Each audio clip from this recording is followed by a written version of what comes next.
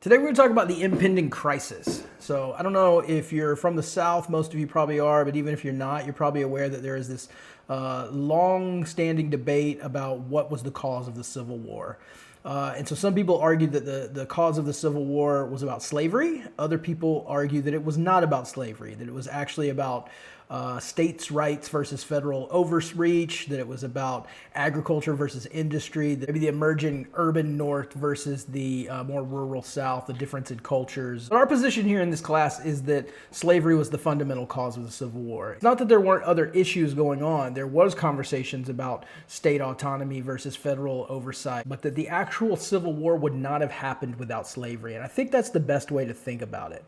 What is the thing necessary for there to have been a civil war here? We've seen that there have been bouts over states' rights. The nullification crisis is a really good example. Those conversations had been going on for decades, but they had not pushed us to civil war at that point. And it really was this central issue of slavery. I'm going to lay out certain points going forward that are really the crux of the argument of slavery being central to the Civil War. I want to do that in a historical fashion where we have a series of events that lead us finally to secession of the South in 1860. But in doing so, we're also going to make the argument that it wasn't slavery in the South necessarily that was the cause of the Civil War, but it was the expansion of slavery westward. It was the question about what would new states be as they come into the Union that really tipped the balance. Had it been possible to contain slavery to the South, it is perhaps possible that there may not have been a civil war, or if there would have been a civil war, it might have been decades later. Many in the founding generation believed that if slavery could have been contained to the South, that it would eventually die out.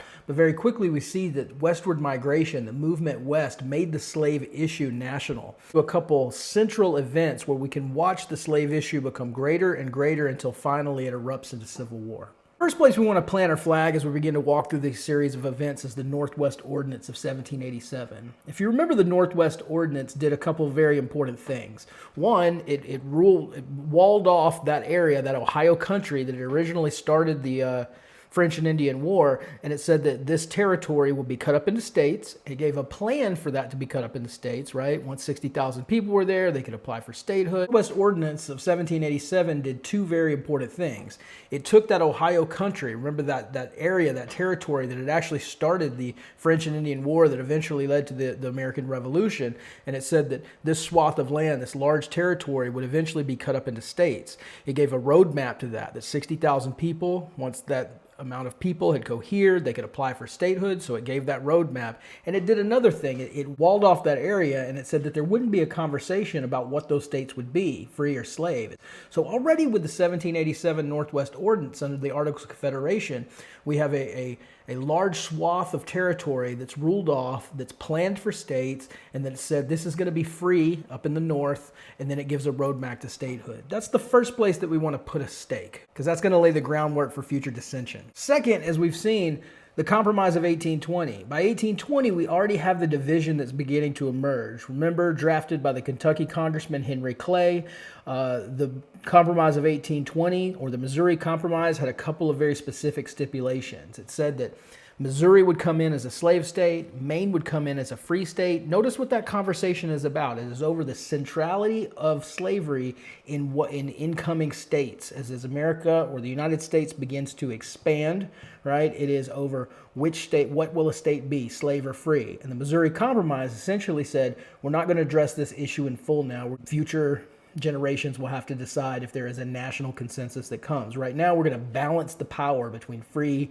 and slave. And then it's going to draw that 3630 line that says anything above that 3630, except for Missouri, which is going to be free, and anything below that Arkansas territory, Louisiana, Mississippi, Alabama, to all of these southern states will be slave states. Thomas Jefferson saw that this was going to essentially, in his words, this marked the potential death knell of the Union, right? He woke up in the middle of the night and he's like, this geographical line, this marked principle between, the violent passions of men will eventually destroy the Union.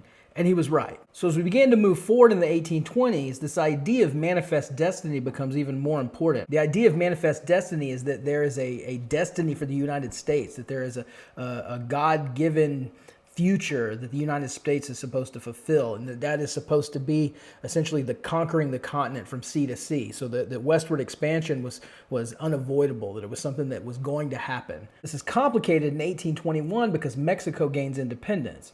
Remember, up into the 1820s, Mexico was Spain. The Spanish Empire, which we saw in the beginning of this class, stretched all the way up from South America, Central America, up into the bottom of the Sun Belt, up into Texas. We often forget that Texas, Arizona, California, these huge swaths of Southwest America used to be Mexico.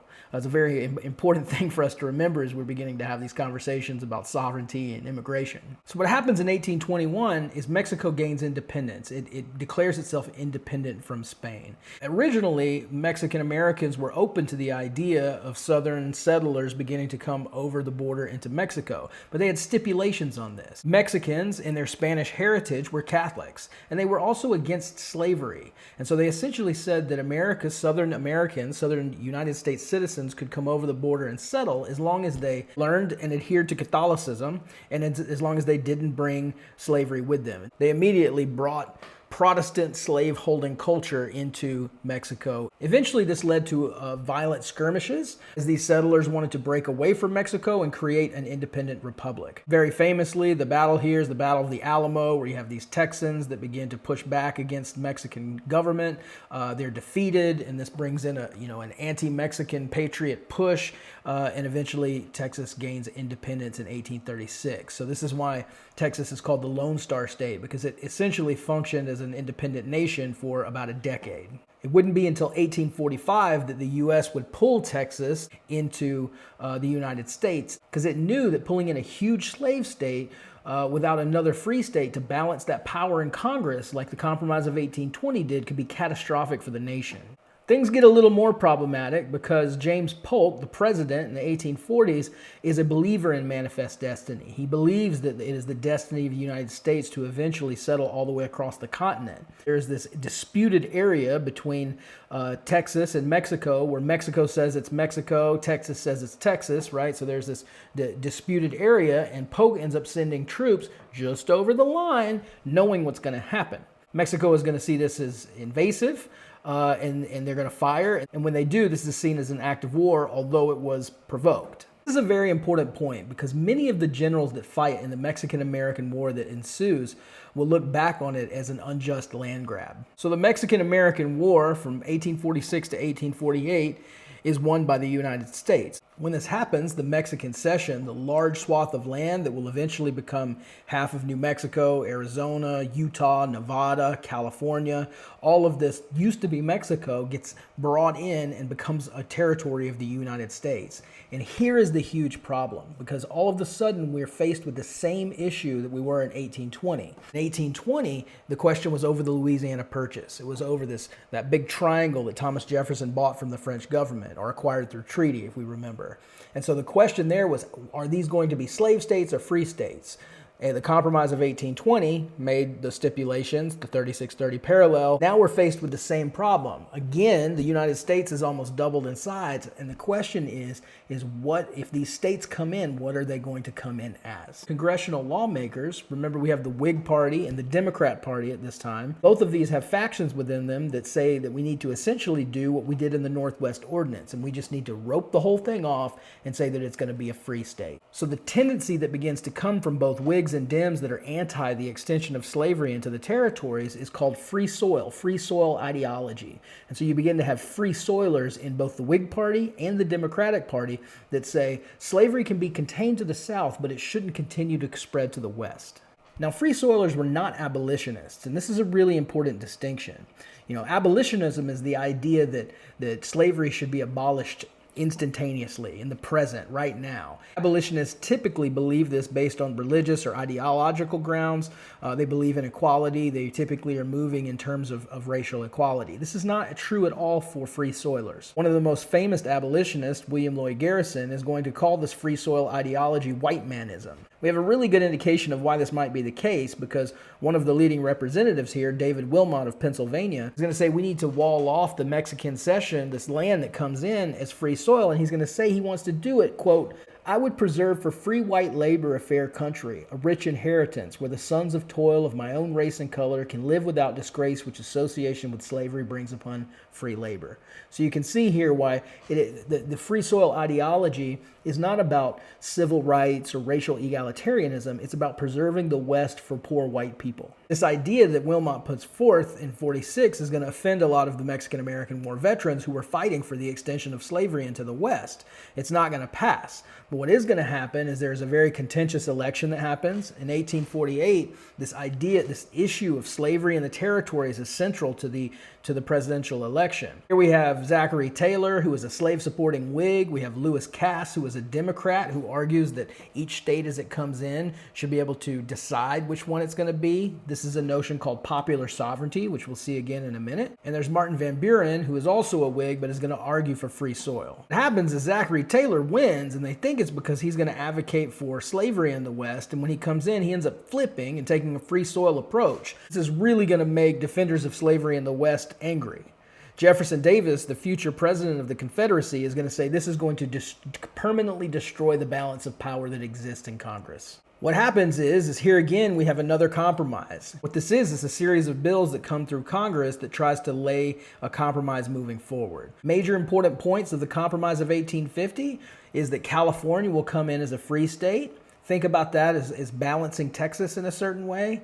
It's also going to bring in Utah and New Mexico as territories. They're not states at the time, they're just territories that whatever states they become as time moves on, they will be pulled in under this word popular sovereignty. I want you to think about what's claiming here. These are Democrats, typically slave-supporting Democrats, that argue for popular sovereignty. And the idea here is that they're using democratic terms, the idea that new states can choose for themselves, but what they're choosing over is whether or not they can buy and sell people.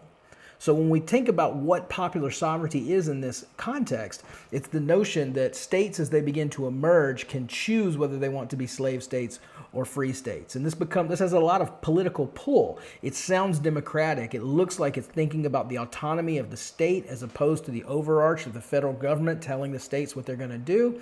But at its heart, it is over the central issue of, is it going to be a slave state or a free state? The Compromise of 1850 is also going to ban the slave trade, but not slavery in Washington, D.C. Note what that does. That's saying there's not going to be slavery, the actual buying and selling of people in the nation's capital, but if you are a congressman coming from the South, you can bring your slave with you and that will be protected. And then lastly, and very important here, there's going to be the Fugitive Slave Act that gets passed. Now, if you remember, all the way back in the Constitution, we talked about how there was a fugitive slave clause in there that would protect the owning of people in places where slavery wasn't sanctioned. And it didn't have the teeth that the Fugitive Slave Act is going to have. But here, one of the compromises they come to is they say there is going to be this agreement that if slaves escape and they go into free soil areas, that their slave status will be preserved. And not only that it is the duty of the people in those places to return them. And see, very quickly what you see here is you see slave catchers coming out of the South and often just on witness itself with no documentation or no proof, they're able to say this person was a slave and they're able to take people back into the South. Or sometimes they weren't even ever a slave, so they're actually able to kidnap people and take them back into the South just based on testimony in court. This is a very interesting point because in historical memory, when the South begins to remember the Civil War and to think about it in its own terms, it's going to often depict the Civil War as the war of northern aggression, where the Federalist North began to try to tell the South, the separate states and autonomous states of the South what to do to overreach. And this is really interesting because at the time in the 1850s with the Fugitive Slave Act, it actually looked like the South was reaching up into the North and taking people in. So it looks as though that the South is being the aggressor here very, very early on. It's within the context of the Compromise of 1850 that we see the popularity of the abolitionists begin to surge. Prior to the 1850s, in the 1830s and 40s, there were abolitionists throughout the country. William Lloyd Garrison is one of the most famous. He even went as far as to argue that the Constitution was a pact with the devil because it made these concessions with the Three-Fifths Clause and the Fugitive Slave Clause, and that slavery was the original sin of the United States that God would judge. But most Americans saw abolitionists as a fringe thinker. It was impractical. It was impossible. The emancipation of all slaves would start a race war. Even Abraham Lincoln believed this. But moving into the 1850s, the North seeing the South come up into it and begin to take people, to steal them back away in chains, this is going to make the ideas of the abolitionists more palatable to more people who weren't necessarily on board with their ideas initially. So it's not a coincidence that we see the writings of Frederick Douglass, of Samuel Northrup's 12 Years a Slave, a story about someone who was taken unjustly from the North back into the South, the ideas and writings of William Lord Garrison, of Harriet Beecher Stowe, who writes Uncle Tom's Cabin, this novel about the brutality of slavery that becomes a national bestseller, that supposedly even Abraham Lincoln said when meeting her that you were the cause of the Civil War by the distribution of this book. It's not a coincidence that the writings of abolitionists, these novels and speeches, become increasingly more popular. To make matters worse, in 1854, Congress passes the Kansas-Nebraska Act. And I want you to think about what this is. Because the Compromise of 1850 had been successful in bringing in what will eventually become Utah and New Mexico under this notion of popular sovereignty, or the idea that those states, when they begin to emerge, can choose if they want to be free or slave states. Democrats repackaged this, and they push forth a bill that repeals the Compromise of 1820. Notice what they're doing. That huge swath of land that was Louisiana Purchase, that we decided would be free above and slave below, they say, we need to revisit that. Let's completely rethink it. And what they do is they open that Nebraska and Kansas territory under this notion of popular sovereignty again. They repeal that line, that 3630 line, and they say, no, even the things above it have to decide whether it wants to be slave or free. Now, popular sovereignty in the New Mexico and Arizona territories don't push us to the edge of civil war quite yet. I don't know if you've ever been there, but Arizona and New Mexico are very hot, particularly before the 1950s with large-scale irrigation and air conditioning. This is not a place that people were just flocking to hang out in. But Kansas was different. Right over the edge of Missouri, the slave state, Kansas becomes a battleground. Notion that if you just have 60,000 people, you can come in and apply for statehood. All of a sudden, huge swaths of pro-slavery people and huge swaths of free soil anti-slavery people and even abolitionists begin to flock in, because if they can get that number, then they can bring in either a whole slave or a whole free state into Congress. Immediately, they start setting up a pro-slavery constitution, an anti-slavery constitution, and they begin killing each other. The most famous example of this is the abolitionist John Brown. John Brown was much like abolitionists like William Lord Garrison in the belief that there had to be emancipation now, and he even believed it on Christian terms. He thought that was the message of the Christian scriptures. The difference between John Brown and many other abolitionists is John Brown is not afraid to use violence. William Lord Garrison would argue that it had to be abolition now, but he said that you should do it through moral suasion, as he called it, what we would say moral persuasion, through argument and not the use of violence. John Brown was very different. John Brown goes into Kansas with his sons, and they pick up machetes and start chopping up slave owners. So this widespread violence that ends up being called, bloody or bleeding Kansas, you might see it written those ways, means that a lot of historians will look back to Kansas in the 1850s and say that's really where the Civil War began. In direct reaction to the Kansas-Nebraska Act, the Republican Party is formed. So the Grand Old Party, or the Republican Party, is formed in direct reaction to that Kansas-Nebraska Act. And what it does is it brings together a coalition of northern businessmen, black people, farmers, Protestants, some factory workers. It's going to take free soilers from both the Democratic Party and the Whig Party, tear the Whig Party apart so it essentially doesn't exist after this, and create this new political party. But it's important to understand what undergirds the Republican Party. It's not abolition now, it's free soil in the West. It's very much that Wilmot perspective, right? It is a Henry Clay American system vision of the future. It's pro-business, pro-bank, pro-railroad, pro-tariff. This is that neo-federalist vision that we see emerge in the American system. 3 years later, in 1857, we have another huge event. The Supreme Court makes one of the most regrettable decisions in the history of American jurisprudence, the Dred Scott decision. What happens here is that there is a slave who is taken into a free area, a free territory, and when that happens, he believes that he should be free. He sues his owner for freedom, and this goes all the way up to the Supreme Court. And what the Supreme Court says is that they rule that he cannot appeal to the Supreme Court because he is not a citizen.